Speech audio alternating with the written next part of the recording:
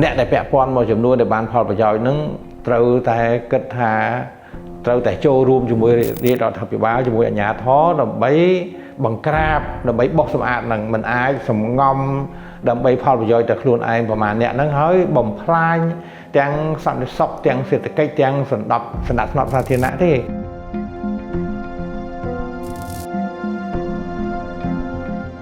យៈដែលរាជរដ្ឋាភិបាលមិនទាន់បង្ក្រាបហ្នឹងយើងថាស្ទើរតែបារម្ភមែនទេតិចទៀតលឺសូបាញ់ទៅនេះតិចលឺសូបាញ់ទៅនោះបាទលឺសូ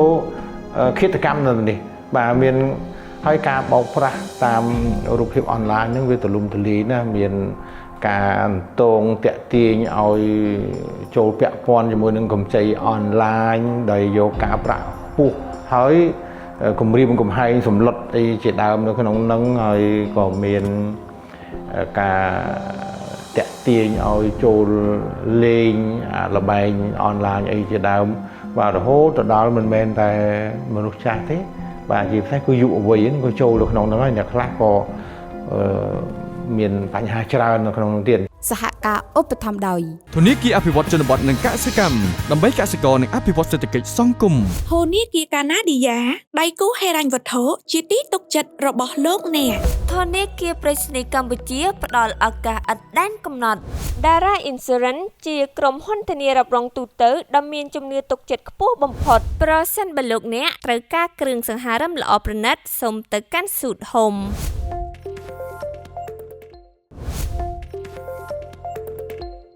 រឿងនេះវាក៏ក្រើកទូទាំ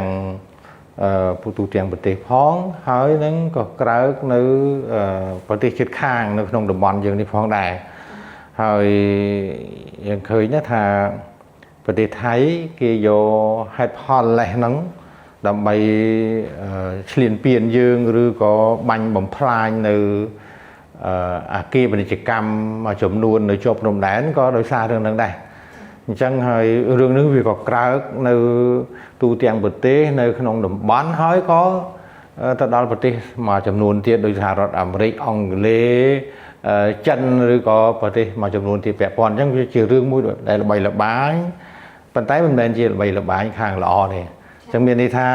អ្នកណាក៏ដឹងរឿងហ្នឹងហើយប្រជាពលរដ្ឋកម្ពុជាក៏កាន់តែល្បីទៀតនៅពេលដែលរាជរដ្ឋាភិបាលប្រកាសបើកយុទ្ធនាការបោះសម្អាតបង្ក្រាបបទល្មើសអនឡាញនេះឲ្យបានចិត្តឯខាតណារាជរដ្ឋាភិបាលគឺប្រកាសមែនទែនហើយទន្ទឹមនឹងយើងឃើញថាបន្ទាប់ពីចេញយុទ្ធនាការហ្នឹងប្រកាសហ្នឹងក៏ចាប់ផ្ដើមធ្វើសកម្មភាពហើយយើងឃើញនៅពេលដែលសកម្មភាពហ្នឹងធ្វើឡើងយើងឃើញចាប់បានទាំងមេខ្លោងទាំងអ្នកពាក់ព័ន្ធហើយនឹងជាពិសេសគឺមានន័យថាជនបរទេសបាទបើយើងគិតទៅរាប់ពាន់អ្នកណារាប់ពាន់អ្នកហើយក៏បានបណ្ដេញចេញពីប្រទេសកម្ពុជានឹងជាបន្តអញ្ចឹងរឿងនេះគឺល្បីមែនទែនហើយបានសួរថាតើប៉ះពាល់អីខ្លះយើងបើយើងនិយាយពាក្យធំយើងនិយាយតែ3ម៉ាត់ទេទី1គឺប៉ះពាល់ដល់សន្តិសុខជាតិទី2ប៉ះពាល់ទៅដល់សេដ្ឋកិច្ចហិរញ្ញវត្ថុហ្នឹងហើយនឹងទី3គឺប៉ះពាល់ដល់សណ្ដាប់ធ្នាប់សាធារណៈបាទ3ហ្នឹងគឺធំមែនទែនហើយសន្តិសុខជាតិយើងឃើញថាមានការបង្ខាំងមនុស្សមានការជួញដូរមនុស្សមានការជំរិតមានការសម្លាប់អីជាដើមបាទច្រើនណាស់ហើយមានទាំងមនុស្សពេញវ័យមានទាំងក្មេងមានអីច្រើនពេលដែលរឿងនឹងកើតឡើងសូមតែច្បោកច្បល់ហើយមានការបាញ់បោះមានការជំរិតមានអីច្រើនតាក់ទងនឹងសន្តិសុខណាបាទយើងមករយៈដែលរាជរដ្ឋាភិបាលមិនទាន់បង្ក្រាបហ្នឹងយើងថាស្ទើរតែបារម្ភមែនទេតិចទៀតលឺសូបាញ់ទៅនេះតិចលឺសូបាញ់ទៅនោះបាទលឺសូឃាតកម្មនៅនេះបាទមានហើយការបោកប្រាស់តាមរូបភាពអនឡាញហ្នឹងវាទូលំទូលាយណាមានការតងតាក់ទាញឲ្យចូលពាក់ព័ន្ធជាមួយនឹងកម្ចីអនឡាញដោយយកការប្រាក់ខ្ពស់ហើយគម្រាមកំហែងសម្លុតអីជាដើមនៅក្នុងហ្នឹងហើយក៏មានការតាក់ទាញឲ្យចូលលេងល្បែងអនឡាញអីជាដើមបាទរហូតទៅដល់មិនមែនតែមនុស្សចាស់ទេបាទជាពិសេសគឺយុវវ័យហ្នឹងក៏ចូលទៅក្នុងហ្នឹងហើយអ្នកខ្លះក៏មានបញ្ហាច្រើននៅក្នុងនោះទៀតអញ្ចឹងបញ្ហាសន្តិសុខនេះប៉ះពាល់ទៅដល់សន្តិសុខទាំងផ្ទាល់ខ្លួនគ្រួសារនិងសហគមន៍អញ្ចឹងវាហើយក៏ វាប៉ះពាល់ដល់ចាប់ជំរិត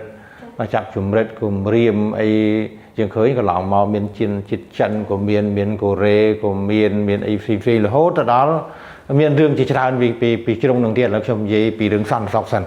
បាទអញ្ចឹងវាសន្តិសុខទាំងផ្ទៃក្នុងរបស់យើងផងប្រទេសជិតខាងនិងប្រទេសពាក់ព័ន្ធពីព្រោះថាការបោកអនឡាញនេះវាមិនមែនមានទីតាំងនៅកន្លែងណាវាបោកតែកន្លែងហ្នឹងវាបោកអ្នកនៅទីហ្នឹងផងវាបោកឆ្លងប្រទេសទៀតហើយប្រទេសទាំងអស់ហ្នឹងដែលយើងឃើញកន្លងមកមានថាកន្លែងយើងមួយជាកន្លែងមួយប៉ុន្តែវាពាក់ព័ន្ធជាមួយនឹងជនជាតិនៅក្បែរយើងវៀតណាមក៏មានអ្នកដែលប្រជាពលរដ្ឋគេរងគ្រោះហ្នឹងក៏មានជនជាតិទាំងអស់ហ្នឹងក៏ចូលរួមប្រព្រឹត្តហ្នឹងដែរដូចឥណ្ឌាហ្នឹងបង់ក្លាដេសហ្នឹងក៏មានកូរ៉េហ្នឹងមានអ្នករងគ្រោះក៏មានអ្នកមកល្មើសក៏មានបាទហើយចិនក៏ដូចគ្នានឹងជាសាសដទៃទៀតអញ្ចឹងវាឱកាសបោកនេះជាប្រព័ន្ធមានលក្ខណៈជាសកលតែម្ដងប៉ុន្តែទី2ខ្ញុំចង់និយាយទៅដល់សេដ្ឋកិច្ចបាទបញ្ហាសេដ្ឋកិច្ចនេះយើងឃើញទី1គឺកាលណាបោកប្រាស់វាប៉ះពាល់ទៅដល់លុយកាក់ទ្រព្យសម្បត្តិរបស់ឯកជនបាទអ្នកនឹងដែលលងខ្លួនសូម្បីតែខ្ចីគេហ្នឹងខ្ចីឲ្យគេជំរិតទាយកលឿនបតនហ្នឹងខ្ចីតគ្នាច្រើននេះហ្នឹងក៏រងគ្រោះច្រើនដែរហ្នឹងគឺថាទៅដល់បុគ្គលហើយពេលខ្លះគាត់คล้ายទៅជាមនុស្សមានវិបត្តិផ្លូវចិត្តមនុស្ស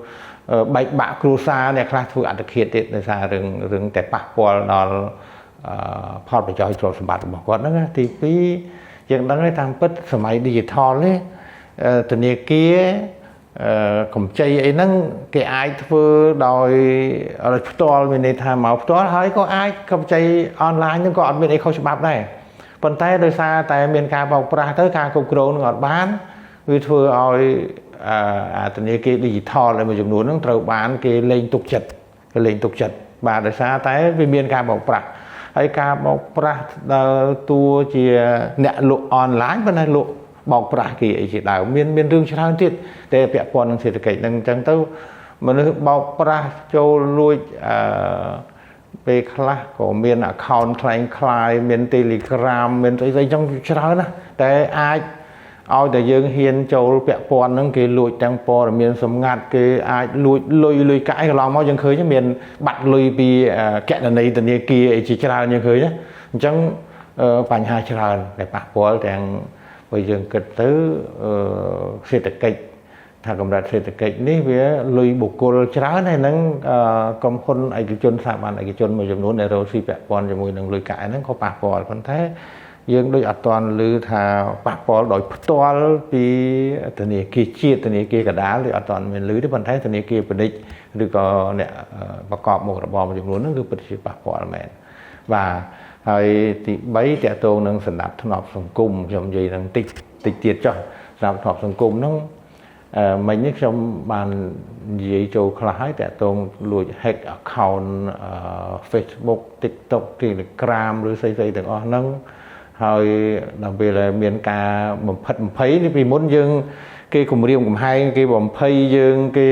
ស្អីយើងតើតែយើងចេញក្រៅផ្ទះប៉ុន្តែឥឡូវហ្នឹងយើងនៅតែក្នុងផ្ទះយើងគ្រាន់តែមាន account Facebook យើងមានតំណែងទំនងអីហ្នឹងចូល like ចូល share ចូលចុចអីមើលអីប្រដាហ្នឹងក៏អសន្តិសុខហ្នឹងវាស្ដាប់ធ្នាប់ហ្នឹងវាមកដល់នឹងដែរយើងឃើញ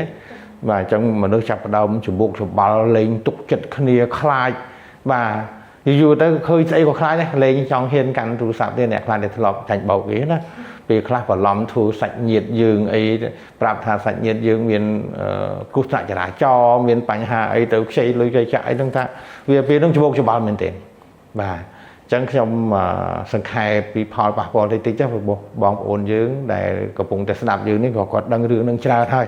បាទឥឡូវវិលទៅរកសំណួរសម្ផស្សវិញសួរថា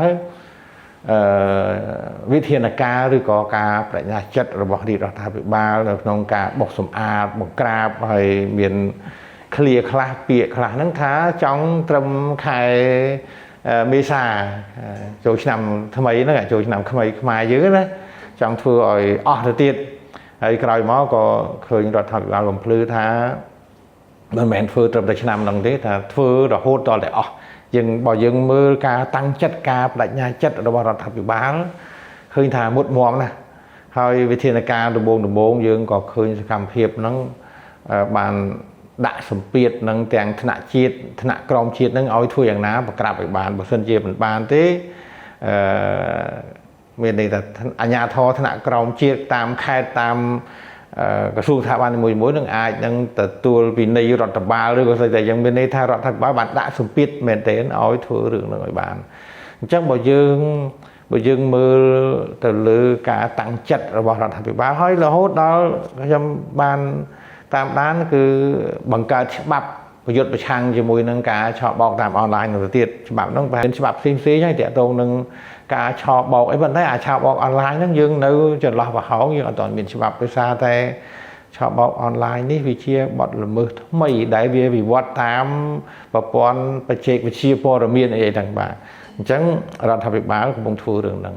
ជារួមខ្ញុំសាទរហើយក៏ឃើញថារដ្ឋាភិបាលក៏ដូចជាអាជ្ញាធរទាំងថ្នាក់ជាតិថ្នាក់ក្រមជាតិបានធ្វើរឿងអស់ហ្នឹងប៉ុន្តែយើងទាំងអស់គ្នាក៏ត្រូវតែដឹងទេថាការឆបោកតាមអនឡាញនេះវាអត់ឃើញពេលខ្លះអត់ឃើញរូបមនុស្សអត់ឃើញសកម្មភាពនឹងជាក់ស្ដែងពេលខ្លះគាត់នៅឯណានោះគាត់នៅកន្លែងសង្ងំណាដូចជាបរិវត្តសាមញ្ញទេប៉ុន្តែគាត់ធ្វើសកម្មភាពដែលអាជ្ញាធរនឹងទាល់តែឆ្លាតទាល់តែបកកែបានអាចចាប់ពួកគាត់បានហើយបើសិនជាមិនបកកែទេអាចនឹងនៅចន្លោះប្រហោងអញ្ចឹងខ្ញុំសង្ឃឹមថាអាជ្ញាធរលោកនឹងដកស្រង់បទពិសោធន៍នៅក្នុងការបង្ក្រាបកន្លងមកហើយក៏អាចសិក្សាបន្ថែមពីប្រទេសផ្សេងៗនៅក្នុងតំបន់និងនៅក្នុងពិភពលោកដែលគេបង្ក្រាបល្បែងអនឡាញឬការឆបោកអនឡាញនេះមុនយើងអាចនឹងធ្វើយ៉ាងណាឲ្យមានន័យថាសមត្ថភាពចំណេះដឹងរបស់អាជ្ញាធរនឹងទៅខ្ពស់ជាងពួកឆបោកហ្នឹងហើយបើសិនជាទៀបជាងពួកឆបោកប្រហែលជាអាចនឹងនៅចន្លោះប្រហោងធ្វើឲ្យពួកហ្នឹង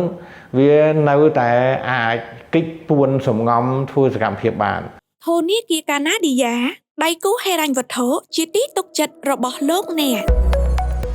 ស៊ីតាមភាសាចិនសារព័ត៌មានភាសាចិនរបស់កម្ពុជាទំនាក់ទំនងផ្សាយ070 66 33 70 069 22 22 69